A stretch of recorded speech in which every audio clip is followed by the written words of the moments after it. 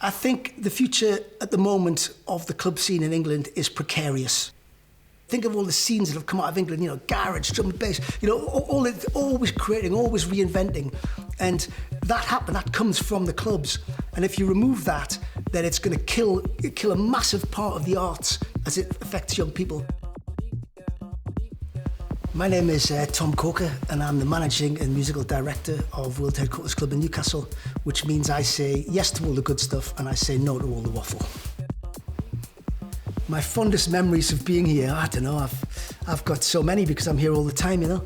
I suppose it's often when I'm playing very long sets of records, like on New Year's Eve, so I'll maybe play for 10 hours, and I really enjoy that. When you're playing a massively long set of records, I always enjoy that. When Miss Dynamite was playing, it's probably the best the club's ever been, and like the atmosphere was just unreal. I think every time I come back from DJing here, I think that was the best one. Every time Hooney's been on has been just amazing, just sort of like that unifying dance floor feeling that you only really get on dance floors from amazing DJs. I also enjoy when visiting DJs come and really get it. You know, they see all the records and they really get it. Then I'll DJ again and I'm like, oh, that was the best one, you know what I mean? It was Hexa's birthday. Harry Dyson from Lively Up's on stage and he's got a birthday cake in his hand for Hexa. And right as the drop's about to drop, he goes to throw it into the crowd. And I'm thinking, oh, what do I do here? Is he allowed to do that? Can he do that? I think it's Dyson, he'd probably do it anyway. He doesn't, thank God. And it drops, and then everyone's just hugging on stage. The crowd, the vibe, the mingle of people, the rowdiness, the atmosphere's unreal up here. First one I'm thinking about is Bel Air on December last year. I came out of uni like the year before, and I went full time into doing events for myself, and we were really struggling. And then we did the event at Bel Air, and it just came through. Yeah, you know, we sold it out, and it was class, and it was just a pleasure to do it here, and you know, it was great.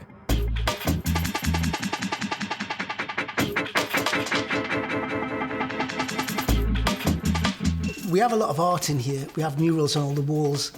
And the idea of the murals is it's supposed to be a bit like when cavemen had their caves and they painted the things that they held dear on the walls and they beat the drum and they all danced around and it brought them together as a tribe, you know.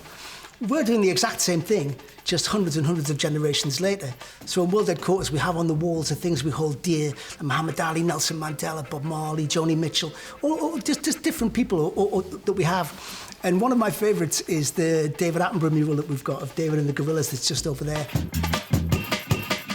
The reason why I've got that up there, it's kind of a reciprocal thing, because when I was a kid one time, I was over in Amsterdam, and the BBC had given me a camera a few weeks before for the Video Nation series to film a little short film. And I'd done one about David Attenborough, saying how much I loved him and how great, how cool I thought he was. And I got a call off my mate, and he said, hey, guess what, Tommy, you know, you're on David Attenborough's website. And somehow David Attenborough stumbled upon this Video Nation clip, and he put it up on his website. So I ran in the Bulldog, and I'm like, hey, we're on the internet, look, there's me. Going, oh, yeah, David, he's my man, and we started together. I had no way of getting back to him, so I thought, okay, well, I'll put a big picture up for him, you know? So we've got that big mural up there. What's special about this place is the community feel and just how everyone, just seems to be so in touch with each other. This is one kind of people here, and it's just love. It's not just important, it's essential. You know, young people need somewhere to go which proactively stands against all the rubbish they get fed. The cultural importance of having an anti-racist space really can't be overstated. That's powerful. That's how you change communities, and that's how you change society for the better, I think, through education, through community, through strong messages like that.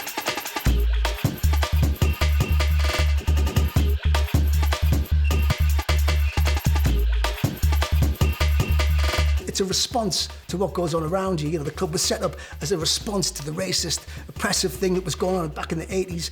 And that was just another little one whereby something happens, you put it up on the wall because it's part of your culture. It's, you know, and people come in and they see it and they love it. And everybody stands underneath it and gets a photo taken and kisses David and that. And it's a big, much loved artwork, and it's one of the centerpieces of the club.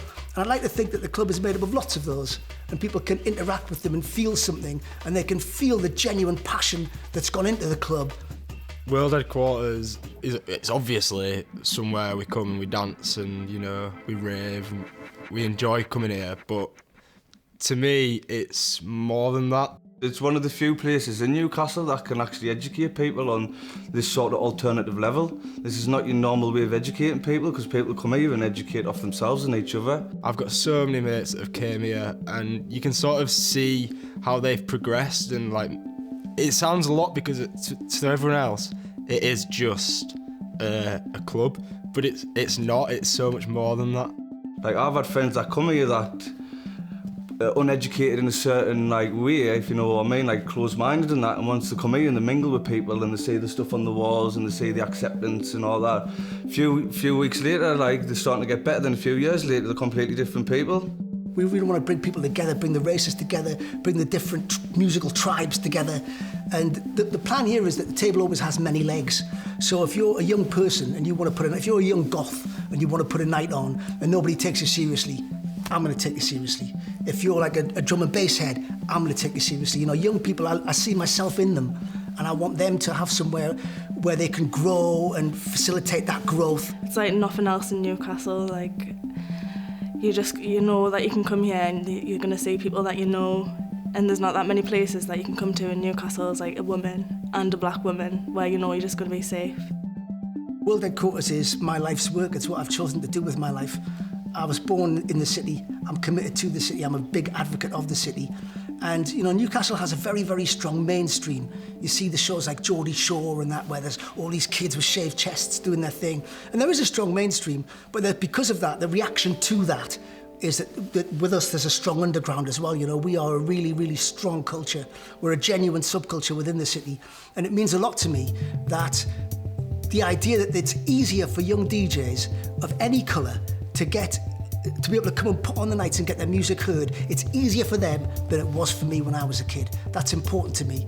And when I eventually get to this point whereby I stop doing this, I won't sell it. I'll pass the baton on to another set of young promoters who will come in and run it then. So there will be a continuous underground nightclub in Newcastle. That's the idea. There should be somewhere that is a reaction to the mainstream. And so to me, it means everything. It brings everyone from every walk of life together. So when I've been putting on events, I don't just see sort of your local Rajis or people our age. You see mums, dads, you know, grandmas and granddads I've had at my events. Like, it stamps out any hate towards each other. It's just, you know, you come here, you get on with strangers, you're loving life, and, you know, like, it's probably what I miss the most these days. The COVID situation was a nightmare for us. You know, we really felt it, because I think the day we had lockdown, we had Fortet booked in to come back, and it was sold out. We had sold out shows with Hooney, loads and loads of sold out shows, and all of a sudden, bang, it's over, and you've got to just sit there refunding all these tickets and going backwards financially, and it's been scary, actually. It's been like, you know, you see your life's work slipping through your fingers like grains of sand. And it's not just affected me in the club, it's affected everybody who is part of this culture. All the different nights, all the different promoters, DJs, everybody suddenly, the whole thing just dried up and the place went silent, you know? And that was a nightmare. I'm freelance, I've had no support this full thingy for my events career. You know what I mean? I've been doing that for 10 years. I've had no support one bit off that. I've been on the dole. And I can see it with a lot of other people in the industry. I've seen people selling the equipment dirt cheap. I'm looking at tents and that going for half the price just so they can make a bit of money, you know what I mean? Just to survive the rest of the year. In terms of reacting to the clubs closing and the events stopping, it was hard. At first it was all right, because, like, you know, a little bit, you thought, yeah, we'll have a few weeks off. But I like to adapt, so I managed to sort myself out with work, because I managed to get myself a van, and which now I've got a job doing sort of that sort of stuff. But it does take a toll, like. We had absolutely no support whatsoever for a very, very long period of time. There was grants given out to people who had rateable values of under £51,000, and as luck would have it, our rateable value was £52,000, so we got nothing. So I've had to lay off all the staff, make them all redundant. 14 young people that all lost their jobs. And then just at the 11th hour, I put the building on the market, because I thought, I'm going to have to sell this, because I'm not going to have to do it. At the 11th hour, the Arts Council were good enough to grant us some money, which is going to tide us over till March. So that help would have been a lot more helpful had it come a lot earlier in the proceedings. When the government says retrain, it just makes me just not want to pick up a newspaper or ever bother with knowing anything that the government are doing or anything like that. I just kind of try and keep away from it all because I don't need that negativity. Everything, if you look in the news, everything's negative. The transition between COVID, between doing events and COVID, it was very tough. Sort of having to react to basically the years putting graft in, trying to set up your own business, to just being told, right, stopping now. And the helps came so late, really, almost too late. I would hate to think that something as precious as this would be lost in terms of its cultural and artistic value to the city, and to what it means to the young people of the city, you know? But like I say, it's we could have done with the help earlier. It would have saved a lot of jobs if we had had the help earlier.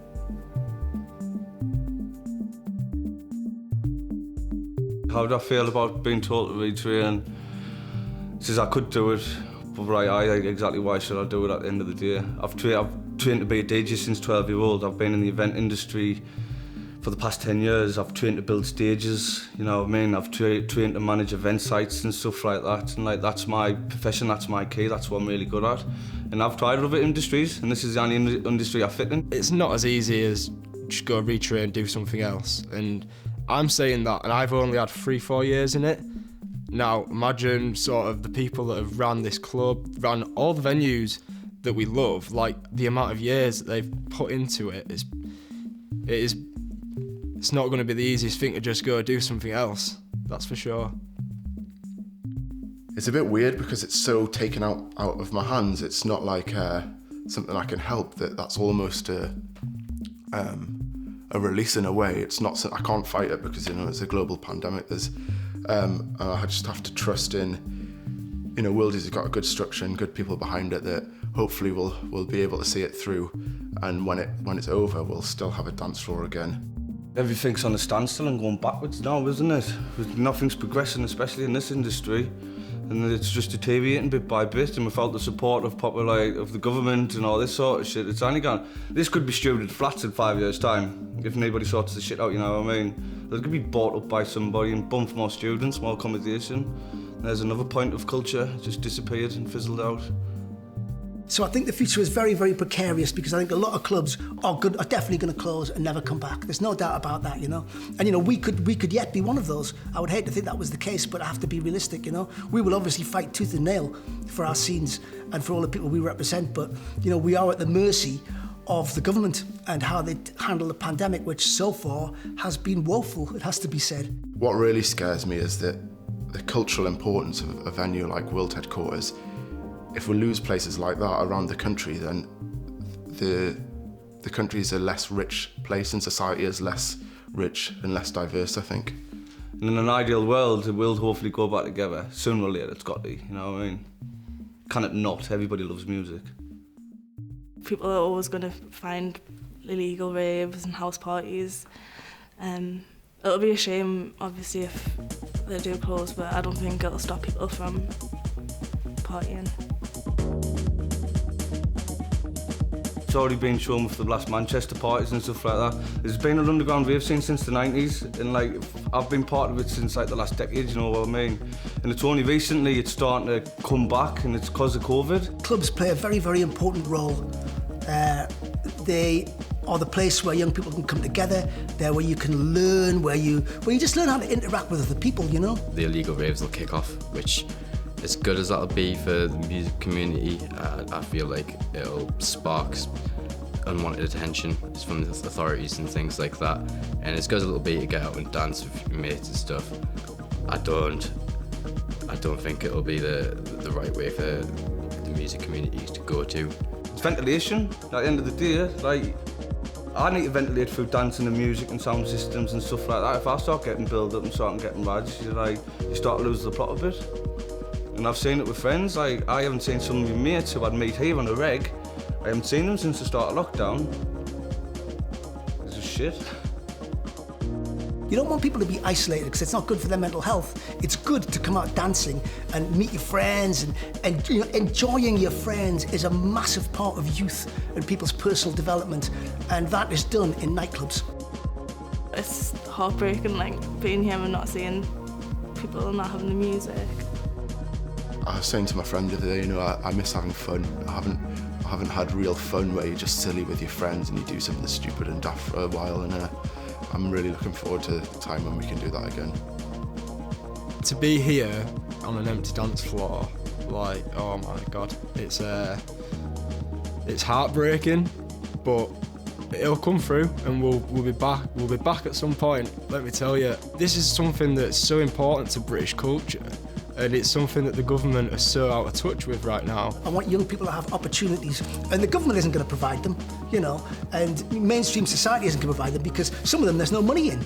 You know, there is no money in letting a load of autistic kids come and DJ and do whatever they want to do. You can just about break even with it. But it's important that, for me, that as a person, I make sure that happens. Because if I don't make sure that happens, that will not happen. And it's important, you know, you have to open doors for people. Otherwise, you don't have a culture. And culture comes from the ground up. You know, it isn't simply this renter culture, oh, you know, get a grant, do this, do that. No. Make some money, make people dance, you know, make people move and try and reach everyone and share what you have with everyone.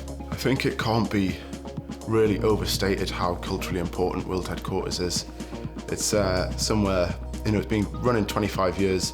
Somewhere my parents used to go when they were my age, and all my friends' parents, you know, anyone of a certain age and a certain disposition would know about World Headquarters. If it wasn't for this club, I wouldn't have mates all over the North East now, and like mates in different circles, like running from Chavers to goths to hippies to trendies, you know what I mean? And they'll all come here and never fight. And World Headquarters is something which we share. We share it. It's owned by the young people of the city, really, you know? It's only as strong as the people who come, you know?